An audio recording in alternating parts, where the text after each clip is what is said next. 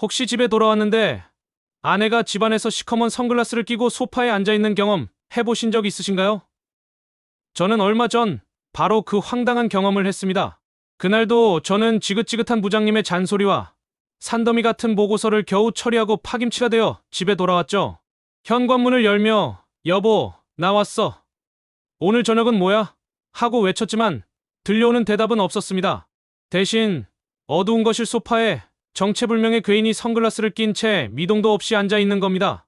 저는 순간 집에 도둑이 들었나 싶어 심장이 철렁 내려앉았어요. 그런데 자세히 보니 그 괴인이 입고 있는 옷이 제 아내, 그러니까 제 마누라가 평소에 즐겨 입던 펑퍼짐한 몸빼 바지더라고요. 저는 그제야 안도의 한숨을 내쉬며 장난기 가득한 목소리로 말했습니다. 아니 여보, 집에서 연예인 놀이라도 하는 거냐고. 해가 졌는데 선글라스는 왜 끼고 있냐고요. 그러자 소파에 앉아있던 아내가 아주 천천히 그리고 아주 힘겹게 선글라스를 벗었습니다. 그리고 저는 제 인생에서 가장 끔찍하고 기괴한 장면과 마주해야 했습니다. 혹시 권투 경기에서 처참하게 KO 패당한 선수의 얼굴을 보신 적 있나요? 제 아내의 눈이 바로 그 모습이었습니다. 눈두덩이는 시퍼렇게 피멍이 들어서는 무슨 소시지 두 개를 붙여놓은 것처럼 퉁퉁 부어올라 있었죠. 눈은 제대로 떠지지도 않았고 그 부기 때문에 얼굴 전체가 일그러져 보이기까지 했습니다. 저는 너무 놀라서 들고 있던 가방을 바닥에 떨어뜨리고 말았습니다. 제 머릿속에서는 온갖 끔찍한 시나리오가 스쳐 지나갔어요. 누구한테 맞았나? 아니면 어디서 넘어져서 다친 건가? 대체 누가 내 마누라를 이 지경으로 만들어 놓은 거야? 저는 다급하게 아내에게 달려가 이게 대체 무슨 일이냐고, 누구 짓이냐고 소리치듯 물었습니다. 그러자 아내는 그 퉁퉁 부은 눈으로 저를 힘겹게 올려다보며 아주 작은 목소리로 제 상상력의 범주를 아득히 뛰어넘는 대답을 내놓았습니다. 자기가 오늘 쌍수를 하고 왔다는 겁니다. 쌍꺼풀 수술이요. 저는 그 말을 듣는 순간 걱정과 분노가 한꺼번에 머리끝까지 치밀어 오르는 기분이었습니다. 아니, 이 양반이 지금 제정신인가? 마흔을 바라보는 나이에 애까지 있는 아줌마가 남편이랑 상의 한마디 없이 갑자기 얼굴에 칼을 대고 와? 저는 화가 머리끝까지 나서 아내에게 잔소리를 퍼붓기 시작했습니다. 대체 무슨 생각으로 이런 짓을 했냐고, 누구한테 잘 보이려고 그랬냐고, 그 수술할 돈은 어디서 났냐고 따져 물었죠. 우리는 지금 애 학원비에 아파트 대출이자 갚기도 벅찬 상황인데 어떻게 자기 얼굴 뜯어고칠 생각만 할 수 있냐고요. 제 평생 아내에게 그렇게까지 심한 말을 한 적은 없었던 것 같아요. 그러자 아내는 퉁퉁 부은 눈에서 눈물을 뚝뚝 흘리며 제게 대들기 시작했습니다. 자기가 누구한테 잘 보이려고 한 게 아니라고, 그냥 자기 자신을 위해 한 거라고요. 지난 6년간 누구 엄마, 누구 아내로만 살다 보니 거울 속에 비친 자기 모습이 너무 초라하고 낯설게 느껴졌다고. 그래서 그냥 아주 조금 자기 자신에게 선물을 해주고 싶었을 뿐이라고 울면서 소리치더군요. 하지만 그때의 저는 아내의 그런 속마음을 헤아려줄 여유가 없었습니다. 제 눈에는 그저 철없는 아내가 저지른 한심한 사고처럼 보였을 뿐이죠. 저희는 그렇게 한참 동안이나 서로에게 상처 주는 말을 쏟아내며 크게 싸웠습니다. 결국 저는 얼굴 그 꼴로 내 앞에 나타나지도 마 라는 최악의 말을 남기고 거실 소파에 이불을 들고 나와버렸습니다. 그날 밤 저는 딱딱한 소파에 누워 한참 동안이나 잠을 이루지 못했습니다. 씩씩거리며 분노하다가도 안방에서 들려오는 아내의 희미한 흐느낌 소리에 마음이 약해지기를 반복했죠. 그래도 그렇지 어떻게 상의 한마디 없이 저런 엄청난 일을 저지를 수가 있지? 아니 그래도 오죽했으면 그랬을까? 내가 너무 무심했나?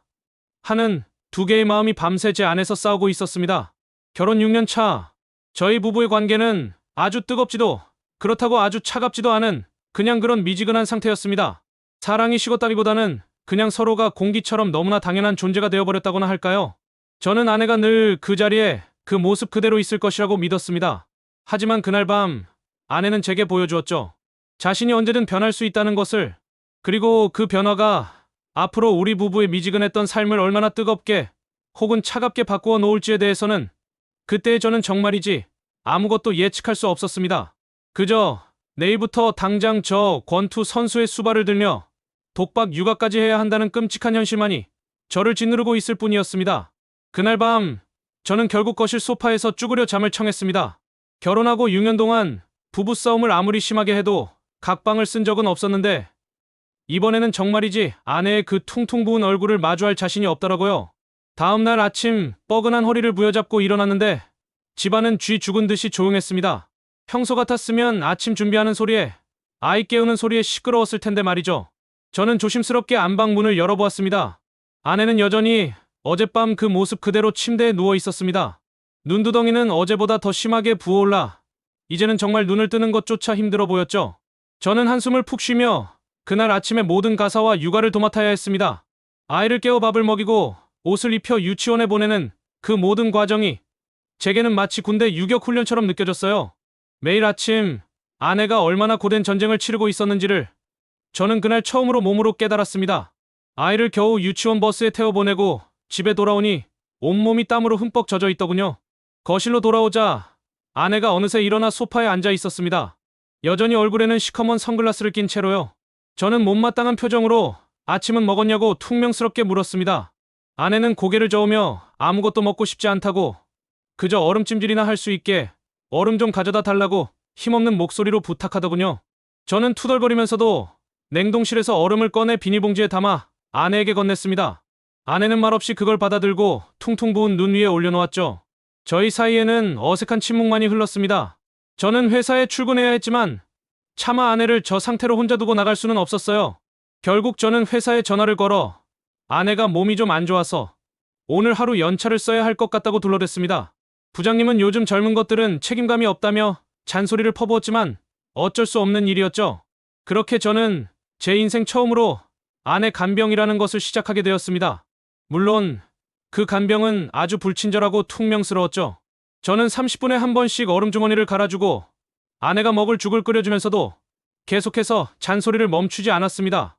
대체 무슨 부귀영화를 누리자고 이 고생을 사서 하냐고, 당신이 지금 나랑 애한테 얼마나 큰 민폐를 끼치고 있는지 아느냐고요. 아내는 제 잔소리에 아무런 대꾸도 하지 않았어요. 그저 선글라스 뒤에 숨어 묵묵히 고통을 감내하고 있을 뿐이었죠. 오후가 되자 아내는 통증이 심해졌는지 끙끙 앓는 소리를 내기 시작했습니다. 약을 먹어도 소용이 없는 모양이었어요.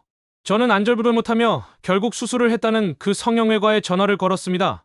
간호사는 아주 사무적인 목소리로 수술 초기에는 원래 그 정도 통증과 부기가 동반된다고, 시간이 지나면 괜찮아질 것이니 걱정하지 말라고 하더군요. 저는 화가 나서 당신들이 사람 얼굴을 이 지경으로 만들어 놓고 어떻게 그렇게 태평하게 말할 수 있냐고 소리쳤지만 그들은 그저 모든 환자에게 나타나는 정상적인 반응이라는 말만 되풀이할 뿐이었습니다. 저는 결국 아내의 손을 붙잡고 병원으로 향했습니다. 지하주차장으로 내려가는데 아내는 혹시라도 이웃을 마주칠까봐 모자와 마스크, 선글라스로 얼굴을 완벽하게 가리고도 고개를 푹 숙인 채 걷더군요. 그 모습이 어찌나 안쓰럽고 처량해 보이던지 그 순간 제 마음속의 분노가 아주 희미하게 누그러지는 것을 느꼈습니다. 병원에서 진통제 주사를 한 대 맞고 돌아오니 아내는 한결 편안해진 얼굴로 잠이 들었습니다. 저는 잠든 아내의 얼굴을 가만히 내려다보았어요. 시퍼렇게 멍들고 퉁퉁 부은 그 낯선 얼굴 위로 제가 사랑했던 지난 6년간의 아내의 모습들이 겹쳐 보였습니다. 처음 만났을 때의 풋풋했던 모습, 웨딩드레스를 입고 수줍게 웃던 모습, 아이를 낳고 고통스러워하면서도 행복해하던 모습, 그 모든 순간들이 주마등처럼 스쳐 지나가자 제 마음속에서 무언가 쿵 하고 내려앉는 기분이었습니다. 내가 너무 심했나? 이 사람은 그저 조금 더 예뻐지고 싶었던 것뿐인데, 조금 더 행복해지고 싶었던 것뿐인데 내가 그걸 너무 몰라줬나? 하지만 그런 생각도 잠시 저는 다시 고개를 저었습니다. 아니, 그래도 이건 아니지. 부부 사이에 어떻게 이런 중요한 일을 상의 한마디 없이 저지를 수가 있단 말인가? 이건 나에 대한 존중이 없는 행동이야. 제 머릿속은 또다시 복잡한 생각들로 뒤엉키기 시작했습니다. 그렇게 며칠 동안 저희 집에는 불편한 동거가 계속되었습니다. 저는 낮에는 아내를 간호하고 저녁에는 독박 육아를 하며 하루하루를 버텨냈습니다. 아내의 얼굴은 하루가 다르게 변해갔어요. 끔찍했던 멍과 부기는 서서히 빠지기 시작했고 그 자리에는 아주 낯설고 선명한 새로운 쌍꺼풀 라인이 자리 잡기 시작했죠. 저는 아직도 그 새로운 얼굴이 영 어색하고 마음에 들지 않았습니다. 예전에 그 순하고 착해 보이던 아내의 눈매가 이제는 어딘가 모르게 날카롭고 제가 알지 못하는 다른 사람처럼 느껴졌거든요. 하지만 아내는 거울을 보는 시간이 점점 더 길어졌습니다. 붓기가 빠진 자신의 눈을 보며 아주 희미하게 미소를 짓기도 했죠. 그 모습을 볼 때마다 저는 아주 복잡하고 미묘한 감정에 휩싸였습니다. 과연 아내의 이 변화는 우리 부부에게 어떤 결과를 가져오게 될까요? 저는 이 낯선 아내와 다시 예전처럼 사랑하며 살아갈 수 있을까요? 저는 아직도 그 어떤 답도 찾지 못한 채 그저 아내가 벗어놓은 선글라스를 셔터이며 길고 긴 한숨만 내쉴 뿐이었습니다. 그렇게 지옥 같았던 일주일이 흘렀습니다. 제 강제 간병 휴가도 끝이 났고 저는 다시 회사로 출근해야 했죠. 솔직히 말해서 저는 그 시간이 너무나도 끔찍했습니다. 아내의 퉁퉁 부은 얼굴을 마주하는 것도, 어색한 침묵 속에서 그녀의 수발을 드는 것도 전부 다 고역이었거든요. 하지만 막상 다시 회사로 돌아가 지긋지긋한 부장님의 잔소리를 듣고 있자니 이상하게도 집 생각이 나더군요. 그 괴인은 지금쯤 뭘 하고 있을까? 붓기는 좀 더 빠졌으려나? 하고 저도 모르게 걱정을 하고 있는 제 자신을 발견했습니다. 퇴근 후 저는 평소보다 조금 더 서둘러 집으로 향했습니다. 무슨 일이 있었던 건 아니고 그냥 궁금했어요. 오늘 아침에 봤던 것보다 아내의 얼굴이 또 얼마나 변해 있을지. 현관문을 열고 들어서자 집안은 아주 깨끗하게 정돈되어 있었고 부엌에서는 맛있는 된장찌개 냄새가 풍겨왔습니다. 아내가 드디어 정상적인 활동을 시작한 모양이었죠. 거실로 들어서자 소파에 앉아있던 아내가 저를 보고는 어색하게 인사를 건넸습니다. 그런데 저는 그 순간 제 눈을 의심했습니다. 아내는 더 이상 선글라스를 끼고 있지 않았어요. 그리고 그 얼굴은 제가 알던 그 권투 선수의 얼굴이 아니었습니다. 물론 아직 붓기는 완전히 빠지지 않았지만 끔찍했던 피멍은 옅은 노란색으로 변해 있었고 무엇보다 그 눈매가 정말 몰라보게 달라져 있었습니다. 예전에 그 작고 어딘가 모르게 답답해 보이던 눈은 온데간데 없고 아주 시원하고 선명한 쌍꺼풀 라인이 자리 잡고 있었죠. 눈이 커지니 얼굴 전체의 이목구비가 훨씬 더 뚜렷해 보이고 어딘가 모르게 세련된 분위기까지 풍기는 겁니다. 저는 멍하니 서서 아내의 얼굴을 쳐다보았습니다. 제 아내인데 제 아내가 아닌 것 같은 아주 기묘한 기분이었어요.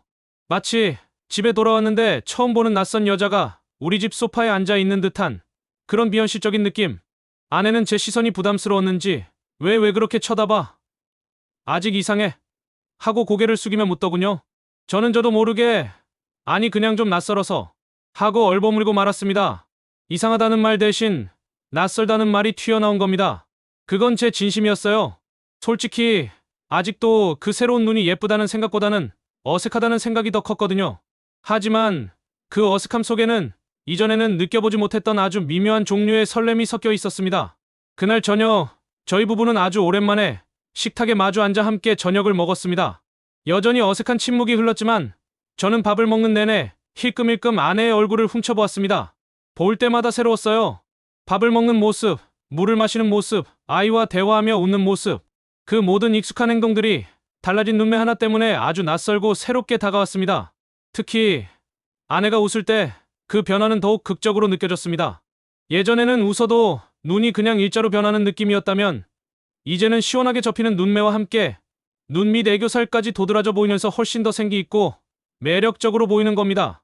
저는 밥을 먹다 말고 저도 모르게 피식하고 웃음이 터져 나올 뻔한 것을 간신히 참았습니다. 아니, 이 아줌마가 원래 이렇게 웃는 얼굴이 예뻤었나? 하는 아주 낯선 생각이 머릿속을 스쳐 지나갔죠. 그날 밤 저는 더 이상 거실 소파로 나가지 않았습니다. 어색하게 안방 침대로 들어갔죠. 아내는 먼저 잠자리에 들어 등을 돌리고 누워 있었습니다. 저는 조심스럽게 침대에 누워 아내의 뒷모습을 가만히 바라보았습니다. 지난 며칠간 저는 아내에게 너무나 많은 상처를 주었습니다. 그녀의 선택을 존중해주기는커녕 비난하고 무시하고 외롭게 만들었죠. 미안한 마음이 파도처럼 밀려왔습니다. 저는 아주 조심스럽게 아내의 어깨 위로 손을 뻗었습니다. 그리고는 아주 작은 목소리로 여보 미안했어 하고 속삭였습니다. 제 목소리에 아내의 어깨가 살짝 떨리는 것이 느껴졌어요. 아내는 아무런 대답도 하지 않았지만 저는 알 수 있었습니다. 그녀 역시 저와의 화해를 기다리고 있었다는 것을요. 저는 용기를 내어 아내를 제 쪽으로 돌려 눕혔습니다. 어두운 방 안 스탠드의 희미한 불빛 아래에서 아내의 새로운 얼굴이 드러났습니다. 아직은 부자연스럽고 어색했지만 그 얼굴을 보고 있자니 제 심장이 아주 오랜만에 연애 시절처럼 두근거리기 시작하는 겁니다. 이게 무슨 감정일까요? 저는 제 아내를 사랑합니다. 하지만 지금 제가 느끼는 이 감정은 익숙한 아내에게서 느끼는 편안한 사랑과는 조금 다른, 마치 처음 만난 여자에게서 느끼는 것과 같은 아주 낯설고 짜릿한 종류의 설렘이었습니다. 저는 제 아내와 다시 한번 썸을 타기 시작한 것 같은 아주 기묘하고도 흥미로운 착각에 빠져들기 시작했습니다. 과연 이 낯선 설렘은 우리 부부에게 어떤 변화를 가져오게 될까요? 저는 그날 밤 아주 오랜만에 아내를 품에 꼭 껴안고 잠이 들었습니다. 그날 밤 아내를 품에 안고 잠이 든 이후로 저희 집의 공기는 미묘하게 달라졌습니다. 여전히 저희 부부 사이에 많은 대화가 오가는 것은 아니었지만 적어도 서로를 향한 날 성가시는 완전히 무뎌진 상태였죠. 저는 더 이상 아내의 얼굴을 볼 때마다 잔소리를 하지 않았고 아내 역시 제 눈치를 보며 주눅 들어 있지 않았습니다. 그저 서로가 서로의 변화를 조용히 지켜보며 새로운 관계에 적응해 나가는 그런 탐색의 시간이었어요. 아내의 눈은 하루가 다르게 자리를 잡아갔습니다. 시퍼렇던 멍은 온데간데 없이 사라졌고 코끼리 다리 같던 붓기도 거의 다 빠져 이제는 아주 자연스러운 라인만 남았죠. 솔직히 말해서 저는 그때까지도 그냥 예전보다 눈이 좀 커졌네 하는 정도의 감상만 가지고 있었습니다. 여전히 제 아내는 제 아내였고 제 눈에는 그저 6년을 함께 산 편하고 익숙한 사람이었으니까요. 하지만 그건 저의 아주 크나큰 착각이었습니다. 저는 제 아내가 풀 메이크업이라는 봉인을 해제하면 얼마나 무서운 존재가 되는지를 전혀 모르고 있었던 겁니다. 사건은 수술 후 약 한 달쯤 지났을 때 터졌습니다. 제 친한 회사 동기 녀석이 드디어 장가를 가게 되어 주말에 결혼식에 가야 했죠. 저는 별 생각 없이 옷장 구석에 처박혀 있던 낡은 양복을 꺼내 입고 준비를 마쳤습니다. 그런데 아내가 그날따라 유난히 욕실에서 나오지를 않는 겁니다. 평소 같았으면 아직 멀었어. 늦겠네 하고 소리를 질렀겠지만 그날은 왠지 그러고 싶지 않더군요. 그냥 오랜만에 외출하는데 공들여 화장이라도 하나 보다 하고 거실 소파에 앉아 묵묵히 그녀를 기다렸습니다. 그리고 약 30분 뒤 달카으 하는 소리와 함께 욕실 문이 열렸습니다. 저는 무심코 고개를 들었죠. 그리고 저는 그 자리에 그대로 얼어붙고 말았습니다. 진짜 과장이 아니라요. 저는 제 심장이 멈추는 기분이 뭔지 그날 처음 알았습니다. 욕실 문 앞에는 제가 알던 제 아내가 서 있지 않았어요. 어디서 갑자기 나타난 눈부신 여신이 서 있었습니다. 아내는 제가 한 번도 본 적 없는 몸에 딱 붙는 검은색 원피스를 입고 있었습니다. 머리는 우아하게 웨이브가 들어가 있었고 목에는 가느다란 목걸이가 반짝이고 있었죠. 하지만 그 모든 것을 압도하는 것은 바로 그녀의 눈이었습니다. 저는 그때 처음 알았습니다. 여자들의 아이섀도우와 아이라인이라는 것이 얼마나 위대한 발명품인지를. 수술로 시원하게 커진 그 눈에 아내는 전문가처럼 완벽한 아이 메이크업을 해놓았던 겁니다. 길게 뻗은 아이라인은 그녀의 눈을 2배는 더 커 보이게 만들었고 은은하게 반짝이는 펄 섀도우는 그 눈을 깊고 그윽하게 만들었죠. 예전에는 상상도 할 수 없었던 아주 도발적이고 매혹적이며 치명적인 눈빛이었습니다. 저는 입을 떡 벌린 채 아무런 말도 하지 못하고 그녀를 쳐다보기만 했습니다. 제가 알던 순둥이 아내는 어디 가고 처음 보는 섹시한 여자가 제 앞에 서 있었으니까요. 아내는 그런 제 시선이 어색하고 부끄러웠는지 뺨을 살짝 붉히며 물었습니다. 너무 이상하냐고요? 저는 간신히 정신을 차리고 거의 기어들어가는 목소리로 대답했습니다. 아니 전혀. 진짜 예쁘다고. 제 말에 아내는 그제야 안심한 듯 아주 수줍고 아름다운 미소를 지어 보였습니다. 그런데 진짜 문제는 그 미소였어요. 달라진 눈매와 함께 환하게 웃는 그 미소는 제가 이전에 알던 그 어떤 미소보다도 파괴력이 강했습니다. 제 심장이 정말 문자 그대로 쿵 하고 바닥으로 떨어지는 소리가 들렸으니까요. 저는 그 순간 아주 강렬한 감정에 휩싸였습니다. 이 여자가 내 마누라라고? 진짜로? 다른 남자들이 이 모습을 보면 어떡하지? 하는 아주 원초적인 소유욕과 동시에 주체할 수 없는 자랑스러움. 저는 저도 모르게 안 되겠다. 너 오늘 너무 예뻐서 다른 놈들이 쳐다볼 것 같으니 그냥 가지 말자. 하는 연애 시절에도 해본 적 없는 달살 돋는 멘트를 날리고 말았습니다. 아내는 제 말에 뭐가 그렇게 걱정이냐며 오빠 옆에 딱 붙어 있을 거라며 제 팔짱을 꼭 끼더군요. 결혼식장으로 향하는 차 안에서 저는 운전에 집중을 할 수가 없었습니다. 옆자리에 앉은 아내에게서 눈을 뗄 수가 없었거든요. 힐끔힐끔 쳐다볼 때마다 심장이 멋대로 두근거렸습니다. 마치 연예인을 옆에 태우고 가는 로드 매니저가 된 기분이었죠. 저는 저도 모르게 아내의 손을 꼭 잡았습니다. 몇 년 만에 처음으로 잡아보는 아주 어색하고도 설레는 손이었습니다. 그날 결혼식장에서 저는 제 아내가 얼마나 많은 남자들의 시선을 받게 되는지를 똑똑히 목격해야 했습니다. 제 회사 동기 녀석들은 모두 제게 다가와 재수씨가 원래 저렇게 미인이었냐며 너는 정말 복받은 놈이라고 부러움 섞인 질투를 쏟아냈습니다. 저는 그 모든 시선들을 온몸으로 받으며 어깨가 으쓱해지는 것을 느꼈습니다. 집으로 돌아오는 길 저는 아내에게 말했습니다. 오늘 당신 때문에 내가 아주 으쓱했다고. 내 아내가 세상에서 제일 예쁜 것 같다고. 제 칭찬에 아내는 아이처럼 기뻐하며 제 어깨에 머리를 기댔습니다. 그날 밤 저희 부부는 아주 오랜만에 연인이 되었습니다. 아니, 어쩌면 결혼하고 처음으로 서로에게 완전히 새로운 이성이 된 것 같았습니다. 제 눈앞의 아내는 더 이상 익숙하고 편안한 동반자가 아니었어요. 제가 온 마음을 다해 유혹하고 사랑을 속삭여야만 하는 아주 매력적이고 새로운 여자였습니다. 저는 이제야 깨닫습니다. 아내가 했던 그 쌍꺼풀 수술은 단순히 눈을 크게 만드는 수술이 아니었다는 것을요. 그건 6년의 결혼 생활 동안 미지근하게 식어버렸던 저희 부부의 사랑에 다시 불을 지피는 아주 뜨거운 불쏘시개였습니다. 그리고 그 불길은 제가 상상했던 것보다 훨씬 더 뜨겁고 거세게 타오르기 시작했습니다. 그날 결혼식장에서 돌아온 밤, 저희 부부는 아주 뜨겁고 아주 긴 밤을 보냈습니다.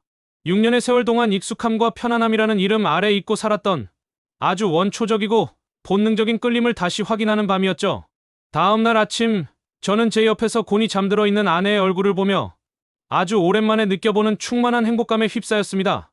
달라진 눈매는 여전히 조금 낯설었지만 이제 그 낯설은 어색함이 아니라 매일매일 새로운 여자를 만나는 것 같은 짜릿한 설렘으로 변해 있었습니다. 그때부터였어요. 제 40년 인생이, 그리고 저희 부부의 결혼 생활이 180도 달라지기 시작한 것은, 가장 먼저 변한 것은 저 자신이었습니다. 저는 더 이상 퇴근 시간이 되어도 이런저런 핑계를 대며 회사에 남아있던 그 무기력한 아저씨가 아니었습니다. 오후 5시가 땡 치면 저는 마치 퇴근 시간에 목숨이라도 건 사람처럼 모든 업무를 칼같이 중단하고 자리에서 일어났습니다. 부장님이 김 과장, 오늘 저녁에 간단하게 회식이나 할까? 하고 물어오면 예전 같았으면 아, 네, 좋습니다. 하고 영혼 없는 대답을 했겠지만 이제는 단호하게 거절했죠. 집에 아픈 아내가 기다리고 있다는 세상에서 가장 훌륭한 핑계를 대면서요. 동료들은 그런 저를 보고 김 과장이 변했다며 애처가가 다 되었다며 놀려댔지만 저는 그 모든 놀림이 기분 좋은 칭찬처럼 들렸습니다. 저는 한시라도 빨리 제 예뻐진 마누라가 있는 집으로 돌아가고 싶었거든요. 집에 돌아가는 제 손에는 예전에는 없던 것들이 들려있기 시작했습니다. 퇴근길 지하철역 앞에서 파는 작은 꽃다발, 아내가 좋아하던 빵집의 케이크, 혹은 그냥 길에서 주운 예쁜 낙엽 한 잎이라도, 연애할 때도 잘하지 않던 그런 달살 돋는 짓들을 저는 매일같이 하고 있었습니다. 아내는 그런 저를 보며 처음에는 어색해하더니 나중에는 아이처럼 기뻐하며 저를 반겨주었죠. 저희 집의 저녁 풍경도 완전히 달라졌습니다. 예전에는 각자 휴대폰만 들여다보며 밥을 먹기 바빴다면 이제 저희는 서로의 얼굴을 마주보며 오늘 하루 있었던 일들에 대해 이야기하기 시작했습니다. 저는 회사에서 있었던 시시콜콜한 이야기들을 마치 아주 재미있는 무용담처럼 아내에게 들려주었고, 아내는 그런 제 이야기에 귀를 기울이며 환하게 웃어주었죠. 그리고 제가 진짜 미치겠는 건 바로 그 아내의 웃는 얼굴이었습니다. 수술한 눈으로 예쁘게 웃을 때마다 제 심장은 정말이지 속절없이 무너져 내렸어요. 그냥 예쁘다는 말로는 부족했어요. 사람을 홀리는 것 같은 아주 마성적인 매력이 있었죠. 저는 밥을 먹다가도 텔레비전을 보다가도 그냥 소파에 앉아있는 아내의 얼굴을 멍하니 쳐다보게 되었습니다. 그러다 보니 자연스럽게 스킨십도 늘어났습니다.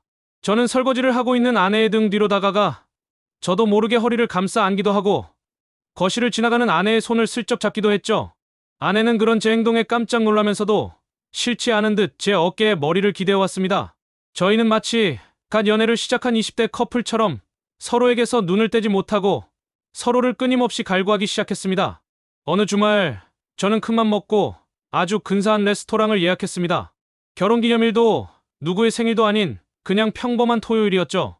제가 갑자기 외식을 하자고 하니 아내는 무슨 날이냐며 어리둥절해했습니다.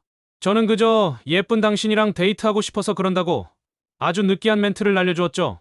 그날 아내는 제가 결혼식장에 갈 때 봤던 그 모습보다도 더 아름답게 꾸미고 나타났습니다. 레스토랑의 모든 남자들의 시선이 제 아내에게로 쏠리는 것이 느껴졌어요. 예전 같았으면 내 마누라를 왜 쳐다봐? 하고 기분이 나빴겠지만 그날은 달랐습니다. 그 모든 시선이 오히려 저에 대한 부러움과 질투로 느껴져 어깨가 으쓱해졌죠. 저렇게 예쁜 여자가 바로 내 아내다 하는 엄청난 자부심과 만족감이 온몸을 감쌌습니다. 저희는 와인을 마시며 아주 오랜만에 깊은 대화를 나누었습니다. 아이들 이야기나 돈 이야기가 아니었어요. 저희 두 사람에 대한 이야기였죠. 우리가 처음 만났을 때 어땠는지, 연애할 때 가장 행복했던 순간은 언제였는지, 그리고 서로에게 어떤 존재가 되고 싶은지. 그런 대화를 나누는 아내의 눈이 레스토랑의 조명을 받아 보석처럼 반짝였습니다.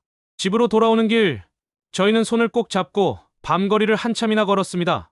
저는 아내에게 솔직히 처음 당신이 수술하고 왔을 때는 너무 놀라고 화가 났었다고 고백했습니다. 하지만 지금은 너무 고맙다고, 당신의 그 용기 있는 선택 덕분에 우리가 잊고 살았던 사랑의 감정을 다시 찾게 된 것 같다고요. 제 말에 아내는 제 어깨에 기대어 조용히 눈물을 흘렸습니다. 그러고는 자기도 너무 고맙다고 다시 자기를 여자로 봐주고 이렇게 사랑해 주어서 매일매일이 꿈만 같다고 속삭이더군요. 결혼 6년 차에 아내만 봐도 심장이 뛰고 온몸에 불끈불끈 힘이 솟는 거, 이거 정상적인 거 맞나요? 저는 요즘 매일 밤이 신혼 같습니다. 퇴근 시간이 기다려지고 아내와 함께 있는 모든 순간이 설레고 행복합니다. 아내의 쌍꺼풀 수술이 제 죽어있던 연애 세포를 그리고 남성성을 완벽하게 되살려 놓은 셈이죠. 저는 제가 세상에서 가장 행복한 남편이라고 진심으로 생각하고 있습니다. 그리고 이 행복이 앞으로도 영원히 계속될 것이라고 굳게 믿고 있었습니다. 저는 요즘 매일매일이 꿈만 같습니다. 퇴근하고 현관문을 열었을 때 저를 보며 환하게 웃어주는 아내의 얼굴을 보는 것이 제 하루 중 가장 큰 행복이 되었거든요. 저희 부부는 예전에 그 어색하고 미지근했던 관계로 돌아갈 수 없을 겁니다. 아니, 돌아가고 싶지 않아요. 아내의 그 작은 반란은 저희 부부에게 아주 짜릿하고 새로운 연애의 시작을 선물해 주었으니까요. 저는 이제 더 이상 무뚝뚝하고 재미없는 남편이 아닙니다. 저는 아내를 웃게 하기 위해 시시껄렁한 농담을 던지고 주말이면 아내를 데리고 경치 좋은 곳으로 드라이브를 가는 아주 열정적인 사랑꾼이 되었습니다. 아내 역시 더 이상 삶에 지친 주부가 아니었죠. 그녀는 자신을 가꾸기 시작했습니다. 예쁜 옷을 사입고 새로운 헤어스타일을 시도하고 가끔은 저를 놀라게 해주려고 낯선 향수를 뿌리기도 했죠. 저희는 서로에게 매일매일 새로운 모습을 보여주기 위해 노력하는 아주 이상적인 커플이 되어가고 있었습니다. 하지만 제 마음 한구석에는 아주 작은 죄책감이 남아 있었습니다. 저는 아내의 결과물에만 열광하고 있었으니까요. 예뻐진 그녀의 얼굴, 달라진 그녀의 분위기에만 취해 있었지. 정작 그녀가 왜 그런 엄청난 결심을 해야만 했는지 그 깊은 속마음에 대해서는 한 번도 진지하게 물어본 적이 없었거든요.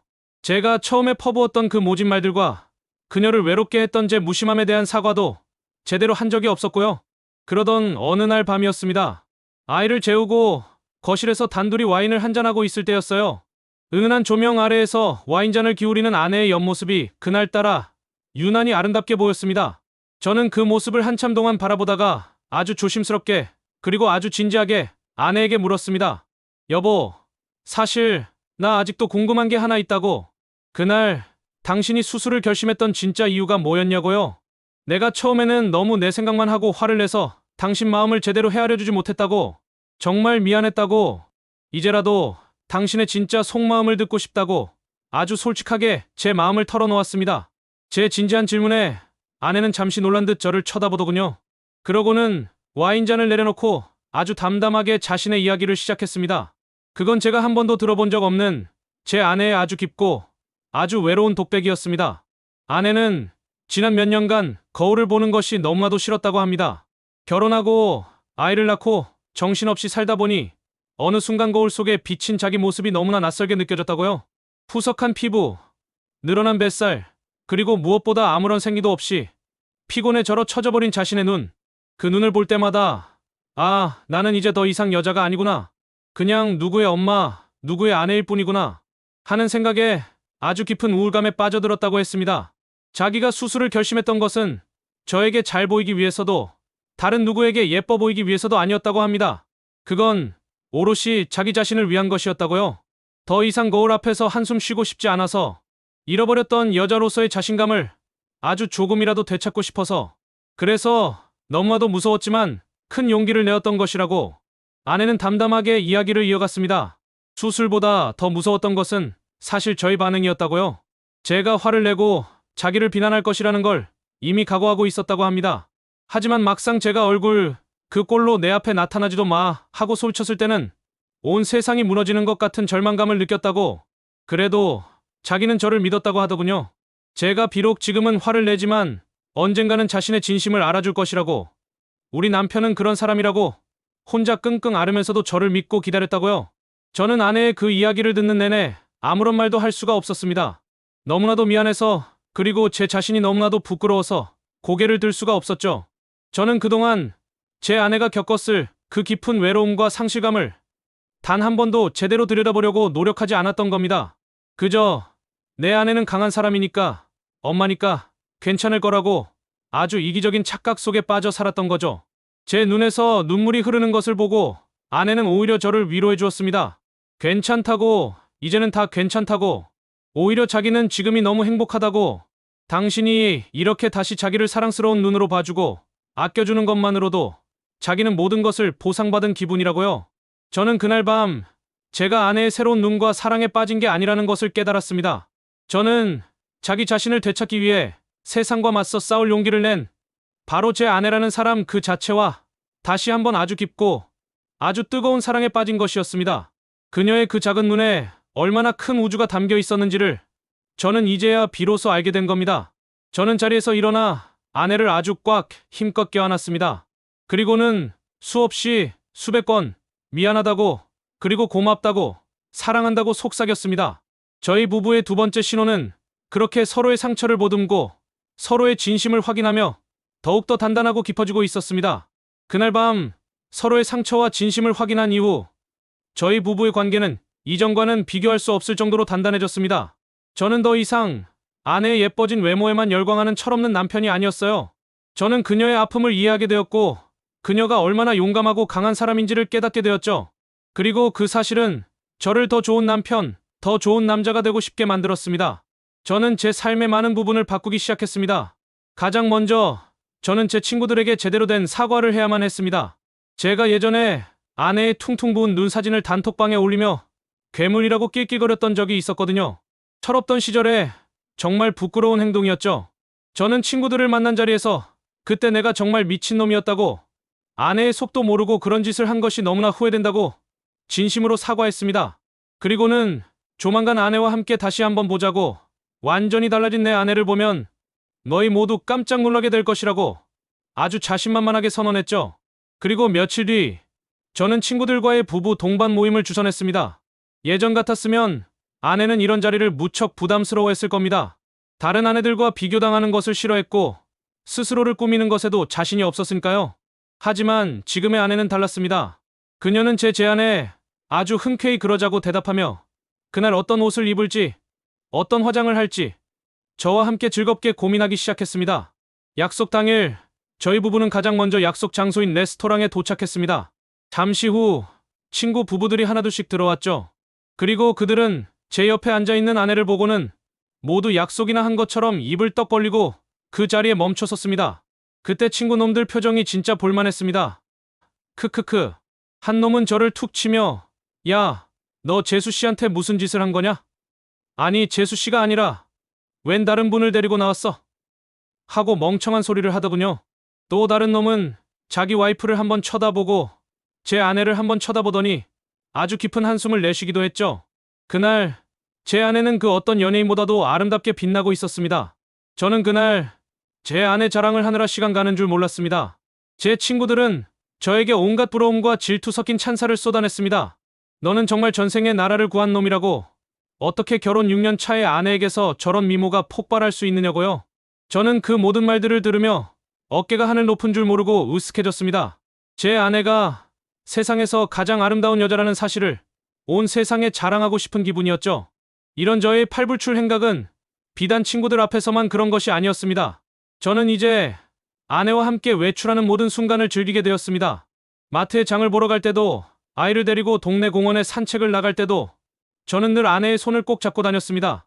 다른 남자들이 제 아내를 훔쳐보는 시선이 느껴지면 예전에는 기분이 나빴겠지만 이제는 오히려 그 시선들을 즐기게 되었죠. 저렇게 예쁜 여자가 바로 내 아내다, 내 사람이다 하는 아주 원초적인 만족감이 저를 행복하게 만들었습니다. 이런 저의 변화는 제 삶의 다른 부분에도 긍정적인 영향을 미치기 시작했습니다. 저는 더 이상 회사 일에 찌들어 사는 무기력한 가장이 아니었어요. 삶의 활기가 넘치니 일의 능률도 오르고 자신감도 붙었습니다. 회사 동료들은 김 과장이 요즘 얼굴이 아주 좋아졌다고, 무슨 좋은 일이라도 있는 거냐고 묻기 시작했죠.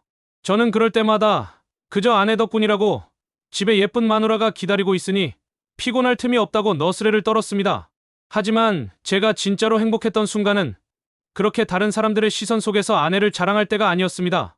그날도 저희는 친구들과의 즐거운 모임을 마치고 집으로 돌아왔습니다.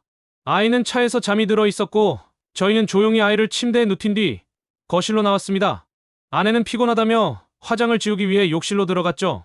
잠시 후 화장을 지운 아내가 아주 편안한 잠옷 차림으로 제게 다가왔습니다.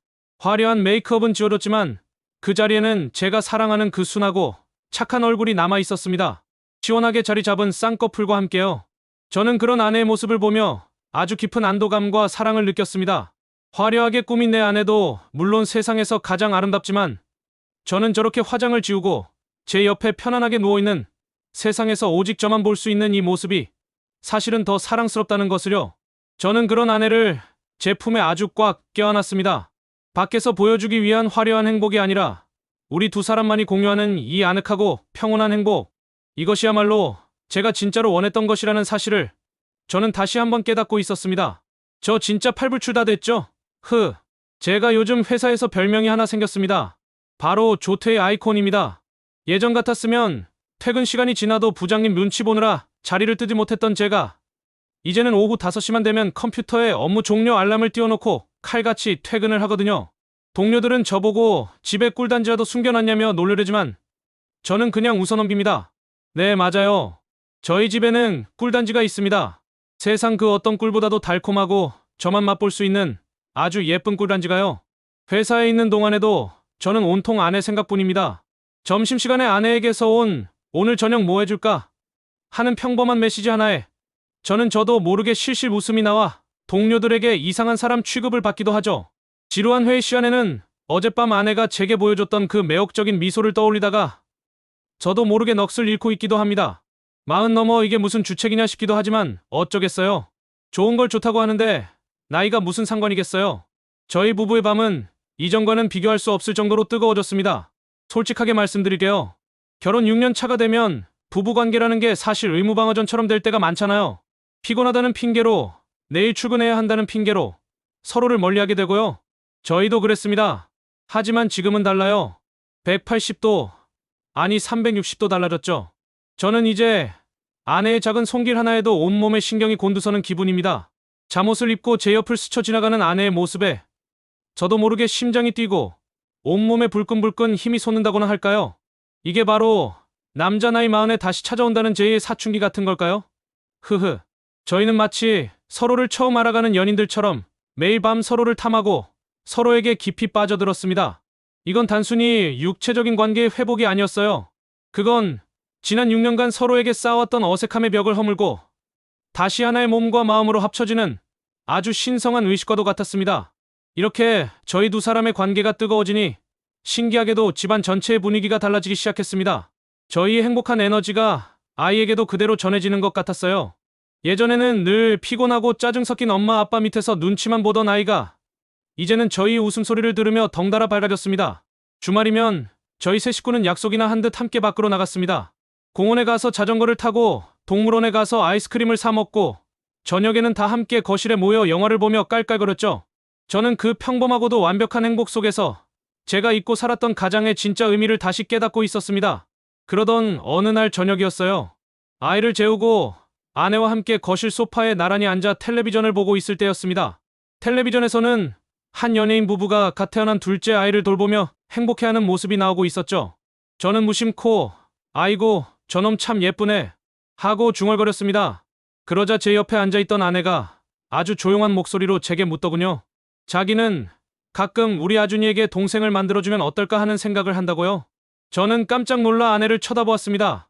사실 저희는 아이를 하나만 낳아 잘 키우자고 결혼 초에 이미 합의를 했었거든요. 팍팍한 현실에 둘째는 사치라고 생각했었죠. 그런데 아내의 입에서 먼저 둘째 이야기가 나오니 기분이 아주 묘했습니다. 아내는 예전에는 꿈도 꿀 수 없는 일이었다고 말했습니다. 하루하루 육아에 지치고 자기 자신을 잃어버린 것 같은 삶 속에서 또 다른 아이를 낳아 키울 자신은 없었다고요. 하지만 지금은 다르다고.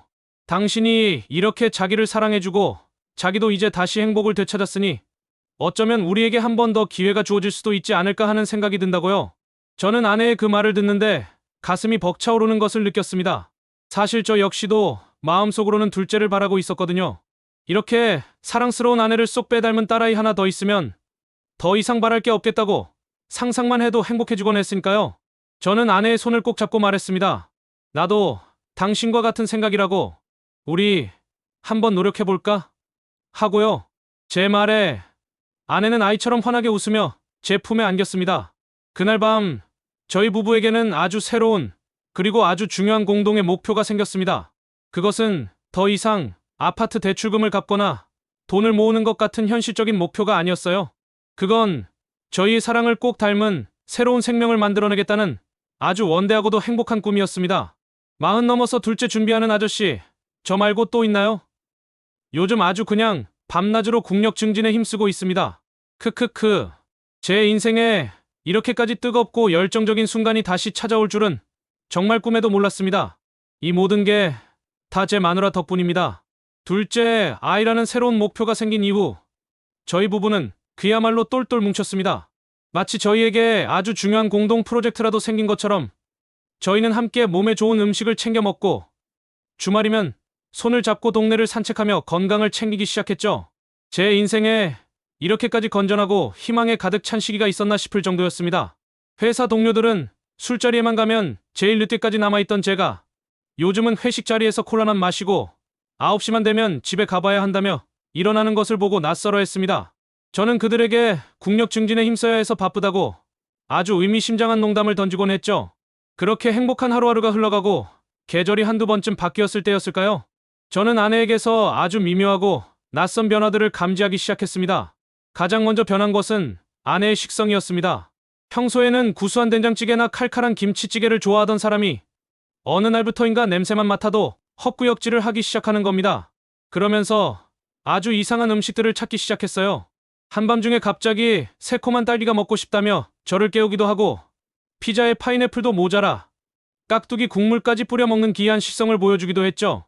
저는 그저 아내가 스트레스 때문에 입맛이 잠시 변했나 보다 하고 대수롭지 않게 생각했습니다. 그리고는 사랑하는 아내를 위해 한밤중에도 기꺼이 차를 몰고 나가 그녀가 원하는 음식들을 사다 바쳤죠. 그 다음으로는 잠이 부쩍 늘었습니다. 저보다 더 일찍 일어나서 아침을 준비하던 부지런한 사람이 요즘은 제가 출근할 때까지도 침대에서 나오지 못하는 날이 많아졌어요. 저녁을 먹고 나면 소파에 기대어 꾸벅꾸벅 졸기 일쑤였고요. 저는 그런 아내의 모습을 보며 안쓰러운 마음이 들었습니다. 낮에 혼자 애 보고 살림하느라 얼마나 피곤할까. 저는 잠든 아내의 머리를 쓰다듬어주며 조용히 담요를 덮어주곤 했습니다. 아내의 감정 기복도 심해졌습니다. 아주 사소한 일에도 눈물을 뚝뚝 흘리다가 또 언제 그랬냐는 듯 아이처럼 해맑게 웃기도 했죠.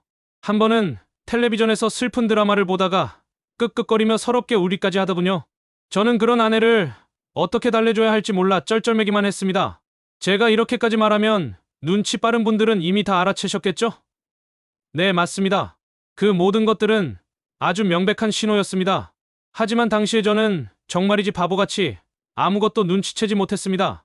저는 그저 아내가 요즘 많이 피곤한가 보다. 봄을 타나? 아니면 갱년기가 벌써 온 건가? 하는 아주 멍청하고 한심한 걱정만 하고 있었을 뿐이죠. 저는 아내에게 병원에 한번 가보자고 어디 안 좋은 곳이 있는 것 같다고 몇 번이나 말했습니다. 하지만 아내는 그때마다 괜찮다고 그냥 좀 피곤해서 그런 거라고 손사래를 치며 제 제안을 거절했습니다. 그러면서 무언가 저에게 숨기는 것이 있는 듯한 아주 미묘한 표정을 짓곤 했죠. 저는 그런 아내의 모습에 저도 모르게 엉뚱한 상상을 하기도 했습니다. 혹시 나 몰래 다른 남자라도 생긴 건 아닐까? 하는 아주 말도 안 되는 의심이었죠. 하지만 고개를 저었어요. 요즘 우리 사이가 얼마나 좋은데 그럴 리가 없지. 저는 애써 불안감을 떨쳐내며 그저 아내를 더 잘 챙겨줘야겠다고만 생각했습니다. 그러던 어느 날 퇴근을 앞두고 있을 때 아내에게서 메시지 한 통이 왔습니다. 오늘 저녁에 저에게 아주 중요한 할 이야기가 있다는 내용이었습니다. 꽤나 진지한 이야기이니 퇴근하고 곧장 집으로 와달라는 당부와 함께요. 저는 그 메시지를 보고 심장이 쿵 내려앉는 기분이었습니다. 중요한 할 이야기라니 제 머릿속에서는 온갖 부정적인 시나리오가 그려지기 시작했습니다. 드디어 아내가 저에게 이혼을 요구하려는 걸까? 아니면 정말 어디가 아픈데 그걸 이제야 저에게 고백하려는 걸까? 저는 그날 일이 손에 하나도 잡히지 않았습니다. 퇴근 시간이 되자마자 저는 미친 듯이 집으로 차를 몰았습니다. 집에 도착하니 아이는 잠시 친정에 맡긴 모양이었습니다. 집안은 아주 조용했고 아내는 식탁에 저를 기다리며 앉아 있었습니다. 그녀의 표정은 제가 그동안 한 번도 본 적 없는 아주 진지하고 조금은 긴장한 듯한 표정이었죠. 식탁 위에는 작은 상자 하나가 놓여 있었습니다. 저는 마른 침을 삼키며 아내의 맞은편에 앉았습니다. 그리고는 무슨 말이든 들을 준비가 되었다는 듯 아내를 똑바로 쳐다보았죠. 제발 나쁜 소식만 아니기를. 제발 우리가 헤어져야 한다는 그런 끔찍한 말만은 아니기를. 저는 속으로 간절히 기도하고 또 기도했습니다. 아내는 한참 동안이나 제 눈을 피하며 망설이더니 이내 결심한 듯 식탁 위에 놓여있던 그 작은 상자를 제 앞으로 스르륵 밀어주었습니다. 저는 떨리는 손으로 그 상자를 향해 손을 뻗었습니다. 제 인생의 향방을 결정지을 판도라의 상자가 드디어 제 앞에서 열리기를 기다리고 있었습니다. 저는 떨리는 손으로 아내가 제 앞으로 밀어준 그 작은 상자를 바라보았습니다. 제 머릿속은 그야말로 내온돈 상태였어요. 저 안에는 대체 무엇이 들어있을까? 이혼 서류일까? 아니면 그동안 저에게 숨겨왔던 그녀의 아픔에 대한 편지일까? 온갖 끔찍한 상상들이 제 머릿속을 스쳐 지나갔습니다. 저는 차라리 이 상자를 영원히 열어보고 싶지 않다고 생각했어요. 하지만 저는 알아야만 했습니다. 아내의 진심을, 그리고 우리 관계의 미래를. 저는 아주 큰 결심을 하고 마침내 상자의 뚜껑을 열었습니다. 상자 안에는 제가 한 번도 본 적 없는 아주 낯선 모양의 막대기 하나가 들어 있었습니다. 저는 그것을 꺼내 들고 한참 동안이나 멍하니 바라보았어요. 이게 대체 뭘까? 무슨 체온계 같은 건가? 아니면 무슨 신종 마사지기라도 되는 건가? 저는 정말이지 그 막대기의 정체를 도무지 알 수가 없었습니다. 제가 어리둥절한 표정으로 고개를 들어 아내를 쳐다보는 순간 저는 보았습니다. 아내의 그 크고 아름다운 눈에서 눈물이 방울쩍 떨어지는 것을. 그런데 그건 슬픔의 눈물이 아니었어요. 세상에서 가장 행복한 미소와 함께 흐르는 아주 따뜻하고 벅찬 눈물이었습니다. 아내는 아무 말 없이 자신의 손을 들어 아주 조심스럽게 자신의 아랫배를 감싸 안았습니다. 그리고 바로 그 순간 제 머릿속의 모든 퍼즐 조각들이 콰르르 하는 소리를 내며 한꺼번에 맞춰지기 시작했습니다. 지난 몇 달간 이어졌던 아내의 그 이상한 변화들, 쉽게 피곤해하던 모습, 시도 때도 없이 잠들던 모습, 피자의 깍두기 국물을 찾아대던 그 기이한 식성, 그리고 아주 사소한 일에도 눈물을 글썽이던 그 여린 모습까지, 그 모든 것들이 단 하나의 단어를 향해 달려가고 있었습니다. 저는 제 손에 들려있던 그 막대기를 다시 한번 내려다보았습니다. 그제야 그 막대기 끝에 선명하게 그어져 있는 아주 희미하지만 분명한 두 줄이 눈에 들어왔습니다. 여보. 저는 저도 모르게 바보 같은 소리를 내뱉고 말았습니다. 아내는 제 말에 눈물을 흘리며 환하게 웃으며 아주 작게 고개를 끄덕였습니다. 저는 그 순간 제 심장이 멎는 줄 알았습니다. 아니, 멎었던 심장이 지난 42년 인생을 통틀어 가장 힘차게, 가장 뜨겁게 다시 뛰기 시작했습니다. 제가 그동안 품었던 모든 불안과 걱정들이 한순간에 눈 녹듯 사라지고 그 자리에는 말로 형용할 수 없는 거대한 기쁨과 환희가 쓰나미처럼 밀려왔습니다. 저는 자리에서 벌떡 일어나 식탁을 돌아 아내에게로 달려갔습니다. 그리고는 제 아내를, 제 사랑스러운 아내를, 그리고 제 미래의 아이를 품고 있는 그 위대한 여자를 아주 힘껏, 아주 소중하게 와락 껴안았습니다. 저는 아이처럼 엉엉 울면서도 동시에 미친 사람처럼 활짝 웃고 있었습니다. 고마워, 여보. 정말 고마워. 내가 바보였어. 그것도 모르고 하는 횡설수설한 말들을 반복하면서요. 저희는 한참 동안이나 그렇게 서로를 부둥켜 안고 울고 웃었습니다. 저희 부부의 두 번째 신혼이 마침내 가장 완벽한 결실을 맺는 순간이었습니다. 그날 이후 저는 다시 태어났습니다. 저는 이제 아내를 모시는 수준을 넘어 거의 숭배하며 살고 있습니다. 아내가 먹고 싶다는 것이 있으면 하늘의 별이라도 따다 바칠 기세로 달려나가고, 아내가 조금이라도 피곤해 보이면 집안의 모든 가사와 육아를 도맡아 처리합니다. 제 인생의 최우선 순위는 이제 오직 제 아내와 그녀의 뱃속에서 자라고 있는 우리 둘째의 건강과 행복뿐입니다. 얼마 전 병원에 가서 처음으로 아이의 심장 소리를 들었습니다.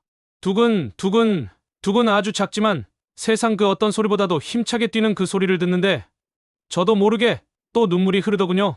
의사 선생님은 산모가 행복하고 안정되어 있어서 아이도 아주 건강하게 잘 자라고 있다고 말씀해 주셨습니다.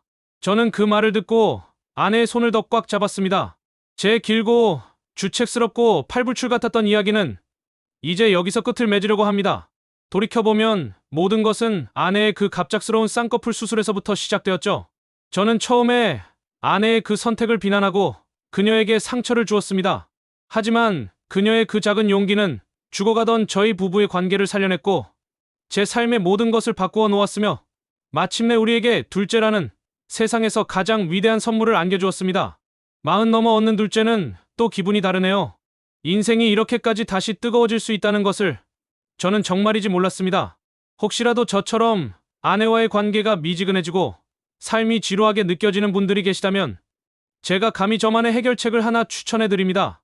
아내의 쌍꺼풀 수술 이거 정말 강력 추천합니다. 크크크. 저희 집엔 아주 예쁘고 소중한 복덩이가 찾아왔네요. 긴 글 읽어주셔서 정말 감사합니다.